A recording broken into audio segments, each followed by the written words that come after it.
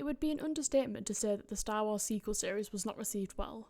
If you look at the many videos on the subjects, they criticise everything from the story to the score. There is much to criticise, as many have, but not many have talked about how the Star Wars space changed after they released the sequels and what it ultimately means for the Star Wars fandom. The topic of space and psychogeography is very interesting when applied to fictional spaces. Whilst you cannot go to the galaxy far, far away, it acts as an escape for anyone who watches it. This gives the place an identity, one which you can go to. This brings me on to the subject of this video, Spatiality and Doreen Massey.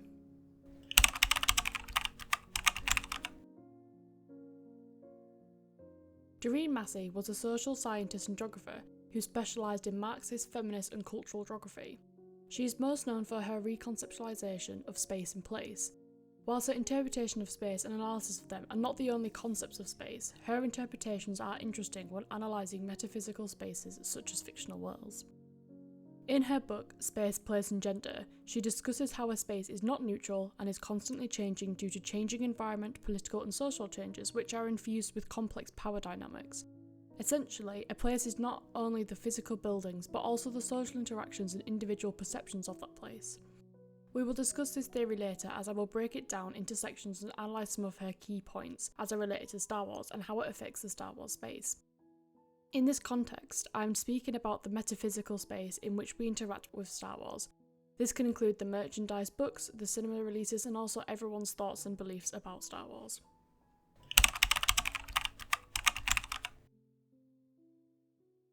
Time-space compression is the Marxist idea that refers to the process by which places that are far away start to appear closer. For example, Massey discusses the way in which technology has brought places closer together. Mobile phones, for example, have brought us closer as now you can have a conversation with anyone from anywhere on the planet. Effectively, that space has gotten closer together, not physically, but from a psychological level. She also points out how your social mobility in the system is based on a term she called power geometry, the idea that spatiality and mobility in space is shaped by and reproduces power differentials. So power dynamics and hierarchies are created by people's lack of mobility in a space, e.g. access to water, public transport, etc. The example given is if the reader was on a satellite and could see how the world moves, this is what you'd see. There are faxes, email and film distribution networks, financial flows and transactions. Looking closer and there are ships and trains slogging laboriously uphill somewhere in Asia. Looking closer still and there are lorries and cars and buses. And on down further, somewhere in sub-Saharan Africa, there's a woman amongst many women on foot who still spend hours a day collecting water. Okay, so how does this relate to Star Wars? Well, as technology has advanced, so has the space of Star Wars. Let's use a teenager as an example of how that space would change throughout the major releases of the Star Wars films. As a teenager who saw the original trilogy released from 1977 to 1983, the space you would talk about and interact with Star Wars would be very small. It would include the cinema and maybe your home television. You may have discussed it with friends at school or talked to someone on the phone about it. However, it stays very local to the teenager. At most it would extend to people they knew who lived far away or talking to a stranger in a shop/cinema. Then imagine the teenager was born a little later and they saw the prequel trilogy in the cinema as their first Star Wars cinema experience. The space has expanded due to the continuation of the narrative, but also because there is a new generation to see these films, so the audience base has expanded more, along with the internet reaching more popularity with some of the early social media sites such as Facebook and MySpace. You could reach out even further and voice your opinions. Now imagine as the teenager was born even later and saw the sequels in the cinema as their first in-cinema Star Wars release. Now they've come out of the cinema. They may have talked about it with friends and family, they may talk about it at school, but ultimately the source of information and opinions is now social media. Now this teenager has access to everyone's opinions on social media, not just their local area. This is not the only way in which the Star Wars space has expanded, of course. There are many other ways in which it has expanded and even at some points collapsed a little. From books to TV shows and memorabilia, even which order you watch the films in will vastly change how you perceive these films in space. So my point is not that everyone would have this experience, but it acts as an exercise to see how the space-time compression works, even when the places are metaphysical. The space has gotten closer together as it has grown larger. As the Star Wars space now stands, the space itself is divided consistently. We naturally divide people up into groups as a survival mechanism, regardless of the fact that each individual has an individual thought process which is not shared with anyone. A good example of this would be the debate about who shot first, an infamous scene from A New Hope. There are two sides to this debate in the Star Wars space. There are those who think that Han shot first and those who think that Greedo shot first. However, there's a spectrum in that. Some people feel strongly that Han shot first, whereas some people don't care that much but still think Han shot first. This is all leading to the point that even though there are no strict hierarchies in the Star Wars community, there are to each individual. This creates the power geometry in the space. However, whilst these mostly seem harmless at first, it becomes an issue when anyone is able to voice their opinion. Stricter hierarchies form as places get closer. For example, someone who has been a fan of Star Wars and memorised every fact about the lore of Star Wars, including that which is no longer canon, they may feel they have more power over someone who is just a casual fan. Regardless, both opinions are valid, but these power dynamics still persist. Obviously, when it comes to facts and information, I would trust someone who knows more on the subject, but ultimately, these are opinions and not facts. This is all to say that when looking on social media, often you will find people who share a similar opinion. An article exploring how opinions are formed by social media states that one concern in this regard is that people's selection of networks, as well as technological algorithms that provide personalised information consistent with the user's dispositions, could form uniform filter bubbles and like-minded collectives, resulting in ideological homogeneity within these groups. Essentially, those who have the dominant opinion online will create a like-minded collective and become entirely homogenous. This idea is prevalent when looking at how people view Star Wars, and especially the Star Wars sequel series. I think it's fair to say that people almost unanimously dislike them online. Now, there are lots of criticisms which can be said as to why this is. This isn't the purpose of my video, however. What does interest me is why it seems to get more hate than any other Star Wars property. As before the sequel series, it was the prequel series that got the short end of the stick when it came to criticism. So, what changed? Well, my analysis shows it's the characteristics of place.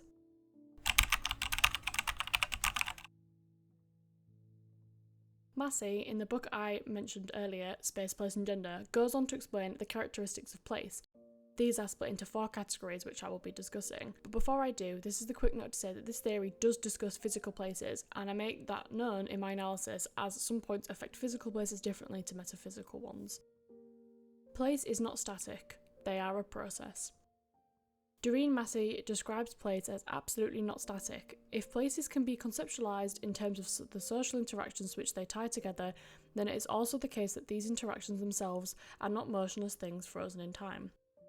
So, the place is not static as the social interactions that make it change over time and therefore the place change. The space of Star Wars is not the same as it was a year ago or 30 years ago. It is always changing. Some would say this is good. It stops homogeny and keeps the debate and analysis fresh. Likewise, it would with a physical place. However, where this differs is that this isn't somewhere someone lives, it's a place to escape to outside of reality. Therefore, when it comes under threat from change, it's unsettling. So people voice their opinion that Star Wars is stupid and is ruined forever as they are threatened by the fact that this might be true. A good way to envision this is to imagine you have a very old house and it's been in your family for generations, and then a big construction company wants to buy it in order to knock it down to build a housing estate. You would naturally say no, but they go above you and now the council or government says you have to leave. Even though you no longer have a home, a lot of other people now get a house, which is good, but you still feel like part of your identity was destroyed. Essentially, as the Star Wars sequels negated a lot of the legacy of Star Wars, but ultimately opened up the space wider, but a lot of people feel like they got left behind in this process. Places are not enclosures with clear boundaries. Here, Massey talks about a lack of boundaries between places. Essentially, a place can be boundless if you really think about it. This is even more true to a place like Star Wars, which isn't real, therefore anything can happen. Massey also points out how boundaries are like a security measure for us. She goes on to state that this characteristic helps get away from the common association between penetrability and vulnerability, for it is this kind of association which makes invasion by newcomers so threatening. Again, she points out how an invasion can be threatening. However, there are lots of outrage comes from this idea that an invasion has happened and now changed the identity of Star Wars. The sequel series arguably destroyed the story that the prequel and original series were telling, and thus created a lot of internal inconsistencies. Some would say the characters are carbon copies of those we've already seen or are boring and bring nothing new. So ultimately the fans feel like they are under attack, so to speak, and can't escape to that world because now there is something there which is stopping the escapism. You can't escape to somewhere you so strongly dislike. Furthermore, this also poses a problem in that if the place is boundless, then anything can be counted. Therefore, if you do not like something, then it automatically will be forced to be part of it. If you really love the original series but don't like anything else, you might feel pressured into liking everything else, which will only build up more resentment. Similarly, many dislike the sequel series for often good reasons. However, as now it's been branded with the Star Wars logo, many feel like it's pushing its way into the space and so causes outrage as no one wants to be forced to like anything. Places have multiple identities. Massey argues that clearly places do not have a single unique identity, they are full of internal conflicts. This is true for the place of Star Wars. There are many different ways in which people view the franchise and thus create internal conflicts. Each person's interpretation is valid, but this also causes conflicts, and therefore when arguing online or even locally with someone, it may seem they are wrong or that they don't understand Star Wars as a whole if they do not agree with you. Even in the production of the Star Wars sequel series, there were internal conflicts which meant that visions were changed and the films were made on a film-by-film basis instead of a series basis. J.J. Abrams took The Force Awakens and decided to make a carbon copy of A New Hope with new characters. This worked fine and served as a good opener to the series. It set up compelling mysteries such as who will Rey's parents. However, then Rian Johnson came to direct The Last Jedi, and he came in with a completely different approach. At the PGA screening of The Last Jedi, Rian Johnson said that in the Q&A after that you've got to think about your movie first and foremost. This clearly states that he put this movie first and ignored fan expectations. So when he left the franchise and J.J. Abrams directed The Rise of the Skywalker, again, his vision had to adapt to what Rian Johnson had done in the previous film. This created internal conflicts such as Palpatine's reveal, which had little foreshadowing. It only served to alienate the audience and as such make them more resentful of the trilogy. So when there are competing ideas of what the identity of Star Wars is, even in production, the space becomes confusing and unclear as to what its identity is. Regardless of which film is your favourite, arguably this kind of identity crisis can vastly change how people perceive and interact with the space. Who knows what Star Wars will change into? This links into the boundaries of the previous point, as essentially if a place can have several identities, all of which can conflict, then you can have anything be its identity. Furthermore, as there is a legacy to this franchise, people already have an idea of what to expect from a Star Wars movie. Therefore, to destroy those expectations makes the audience feel like their identity of Star Wars is wrong, which is not true, but it can definitely feel that way. Massey's theories makes the space feel confused rather than unified in confusion, as again her theories are about physical places, not metaphysical. None of this denies a place's uniqueness. Massey's interpretation could make you think that everything is homogeneous, all blurred together, but she's quick to point out that none of this denies places nor the importance of the uniqueness of place. She further explains how the specificity of place is continually reproduced, but it is not a specificity which results from long internalized history. Essentially, her conceptualization of place is that the uniqueness of a place is constantly changing and therefore can have several identities but still be unique. She names a number of examples which I will explain and expand upon individually, but this is also liberating for anyone in the Star Wars space. If you can ignore the long internalized history, that also means you can ignore parts of the Star Wars canon that you dislike and keep the story the way that you like. Massey's first example of how a place can be unique is the fact that the wider social relations in which places are set are themselves geographically differentiated. She points out how globalization should make everything homogeneous, however argues that the globalization of social relations produces and reproduces uneven development which adds to the place's uniqueness. For example, if you lived on an island by yourself with no outside communication and the only food you have is apples, you would have no idea about the vast amounts of different foods there are. Ultimately, you think everywhere was the same, but once you open up those communication channels, you realise that the island 25 miles away has bananas, and so on and so forth. Development as a metric is only useful when comparing places to others. When looking at the sequel trilogy, uneven development could be argued to be how much one cares about Star Wars, amongst many other factors. A fan who is extremely passionate is more developed than someone who half slept through The Last Jedi. Therefore, the relations between these two will create uniqueness. This is a space filled up with humans, so no matter your opinion, it will be unique from everyone else, regardless of how many videos or comments you see online. This is what makes the space unique.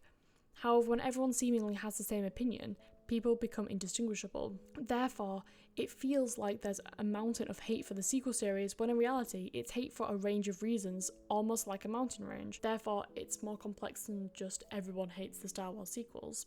Massey's second example of how a place can be unique is derived from the fact that the place is the focus of a distinct mixture of wider and more local social relations. As the two wider interactions and local interactions mix, it can create a wide variety of outcomes. This again creates uniqueness. If you could talk to someone about the hate for the sequel trilogy online, you could have any response. Some will laugh, some will get angry, some will disagree, some will agree more passionately. Therefore, the place is still unique, regardless of the homogeneity that may appear online. Furthermore, this example points out how local and global talks are within the context of each other. When thinking of a conversation with someone in real life versus the massive responses online, they seem like they should be in a vacuum, but this isn't the case. So how much debate is there outside of what we as the public can see online? For example, I had a discussion with someone about why I thought the sequels were bad, and it was to do with the genre expectations. However, I never thought to put my opinions online or share them outside of the conversation. Many people will have had these debates, some will comment online, others won't. Of those who do comment online, who would put a detailed analysis of their reasoning why? Not many, when you consider how many people watch the films. Therefore, the place itself remains unique in the difference in how people communicate globally versus a very intimate conversation. Massey's third and final example is how the previous two examples mix with the history of the place, which in itself is a product of layer upon layer of different sets of linkages, both local and to the wider world. Essentially, the history has the same characteristics as this one, but in a different context, over and over and over again. Remember earlier when I discussed the teenager going to the cinema releases of the major Star Wars movies? Each teenager is in a layer of history, but as said before, they are equally complex.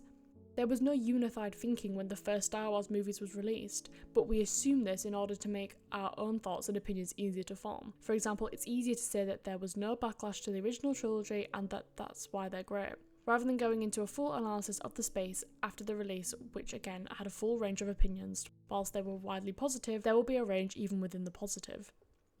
So when comparing how much people hated the sequels, we need to look into the complex history of the previous releases in order to fully explore the uniqueness of the place itself. This is not the purpose of my video, however, but I wanted to highlight how the place is unique in that it has a layered history. Not everyone loved all the Star Wars before the release of the sequels, nor does everyone think the Star Wars is ruined now because of them.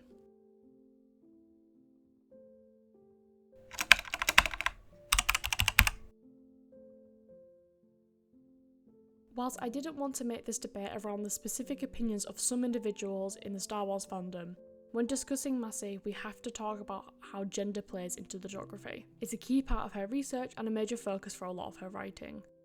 Before we do, I want to clarify that A, I don't think that the majority of Star Wars fans are sexist, and B, I understand that Star Wars target demographic was male and therefore had a male bias, and C, within any fandom there are always going to be more extreme opinions. This is all to say, if you didn't like Rey as a character, you're probably not sexist, and I would agree with you. So, gender and geography?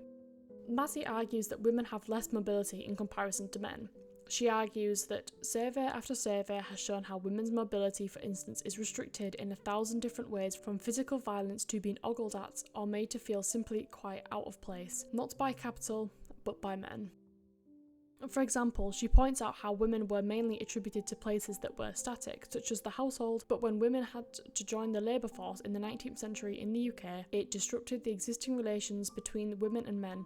The old patriarchal form of domestic production was torn apart, the established pattern of relations between the sexes was thrown into question. Ultimately, the workplace had become a male space, so when women joined, it had to be changed. Women also began to communicate more with each other. Massey points out how the homemaker remains confined to the privatised space of the home and individualised, isolated from other workers. Unionisation of women in cotton textiles has always been far higher than amongst the home-working women in London. So how does this apply to Star Wars? Well, Star Wars has always been seen as a boys' franchise.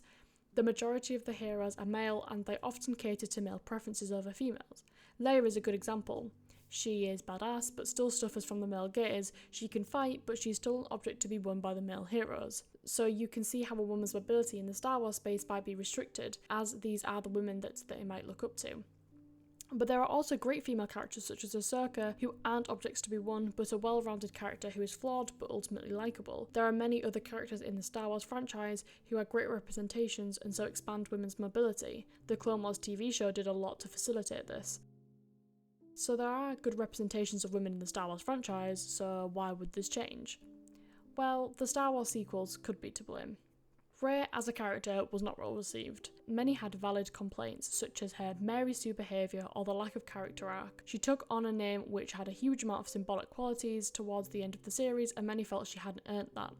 But this isn't exclusive to Star Wars. Many Western female characters, especially in action and sci-fi, are written like this. They often can do anything without help and appear flawless. This alienates the female audience as it gives them an unrealistically high standard to meet, and therefore are not relatable or sympathetic. So once again, women are restricted in their mobility within the space. They cannot find a character to relate to. Because of this, one could say that women could be so isolated as to feel out of place, as Massey said, in the Star Wars space. Furthermore, the legacy of Star Wars was not considered when creating these strong female character moments.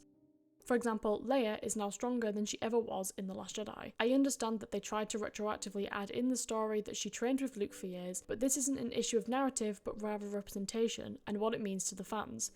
Leia can now shoot, lead the resistance, use Force, all while delivering insightful lessons to Poe. She's very powerful but seemingly has very few flaws, aside from not believing in Poe, which she ultimately does. Again, it alienates the audience, but when you also consider the legacy of the Star Wars, it's even more alienating. Whilst I have a lot of criticism of the original trilogy in terms of female representation, Leia was a hero of mine as a child.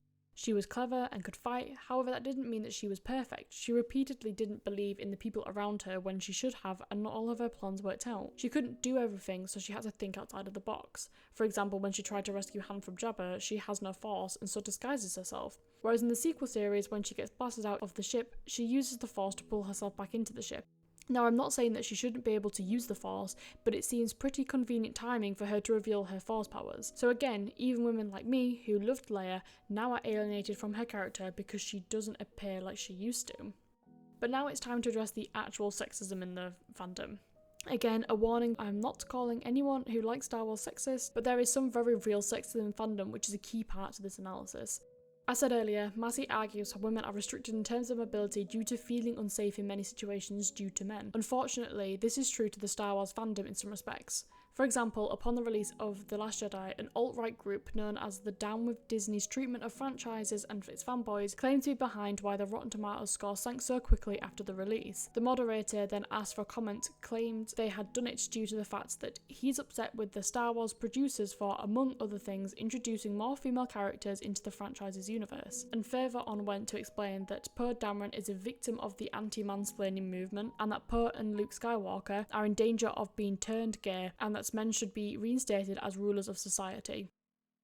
Just this example alone hugely alienates women in the space, as if you express an opinion about The Last Jedi, you could potentially come across someone like this. From personal experience, even when researching this video, I second guess why I should make this, as I'm not doing this to agitate any side, but to try and analyse the space as a response to this theory. But I didn't want to entice these people. But myself aside, any woman would be put off from being in the Star Wars space purely based on this. It doesn't help that these are the stories you hear about. You don't hear about when a man and a woman had a nice debate on Twitter about why Luke's character is vastly different, so it's easy to naturally assume that you're not wanted in a space when all you see is story after story about why the Star Wars space is sexist. When again, we are all individuals with varying beliefs and ideas, and as this space is one of the biggest on the planet, it's going to be one of the most diverse. Ultimately, the space is restricted more for women when looking at events like these. However, I'm hopeful in the future that this will open up once again. There will always be extremists in any fandom. However, what I think is worse is the fact that the filmmakers are still alienating their female audiences even when trying to empower them. So hopefully the higher ups at Disney can see that women with flaws can be powerful, and more often are, because part of being powerful is to be vulnerable too.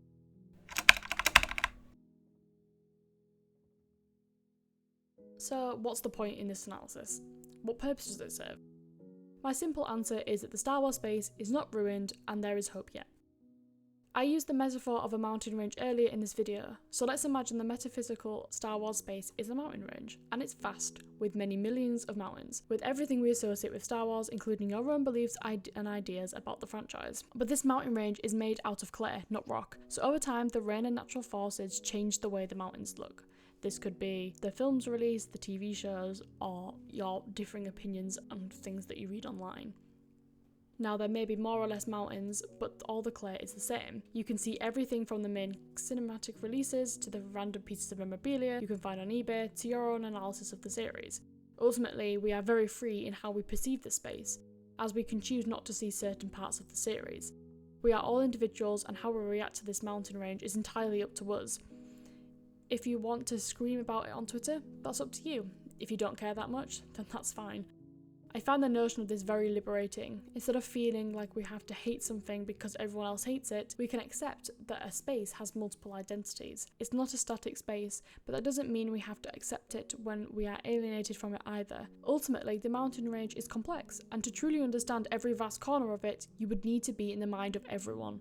But you can have your own Star Wars space, and how you identify with it is up to you. Massey wanted to empower us to think differently about spaces, and I think this is where her ideas fit perfectly.